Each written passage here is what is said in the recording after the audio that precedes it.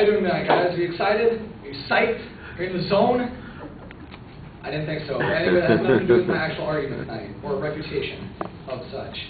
Tonight I will be refuting the argument that a ban on firearms will not deter crime. And the first of such points is that a ban on firearms would fail to decrease violent crime. The second of which is a gun ban would fail to keep guns out of criminal hands. And the third of which is violent crime would increase in the absence of firearms used for protection. I will be arguing on the first and third points.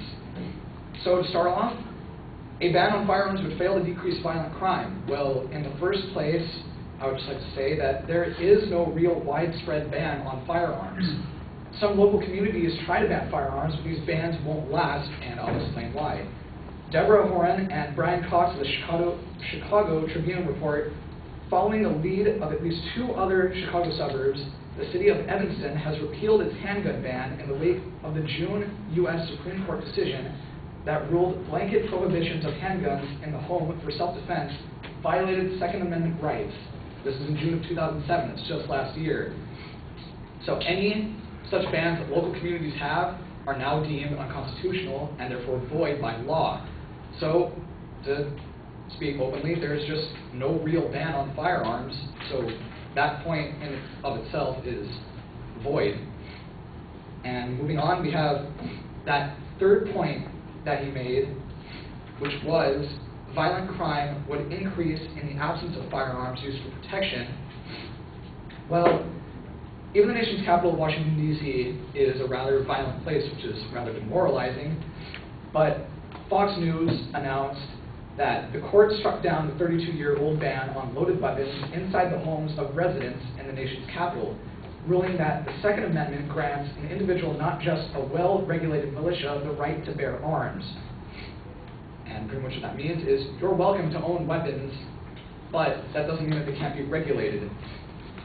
USA Today referenced that the Associated Press, which reported that Washington, D.C. ranked 19th on the list of most dangerous cities in 2006.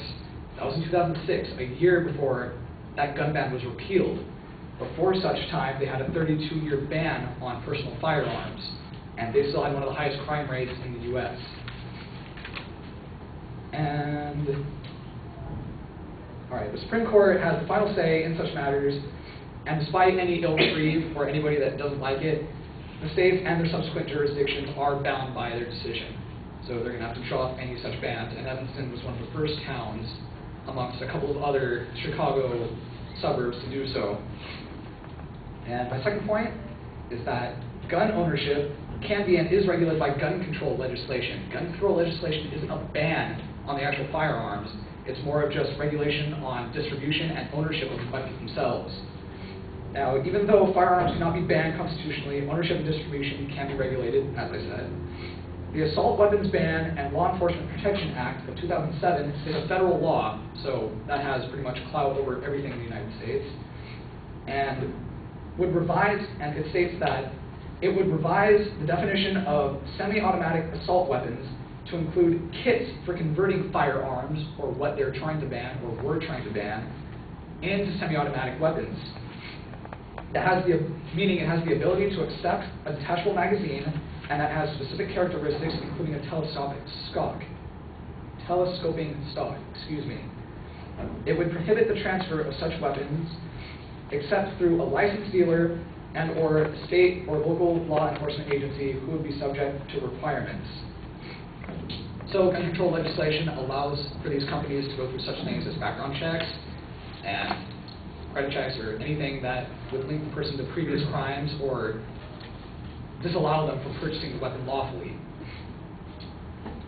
And that is a reference from sourcewatch.com, which keeps tabs on government legislation, particularly federal legislation.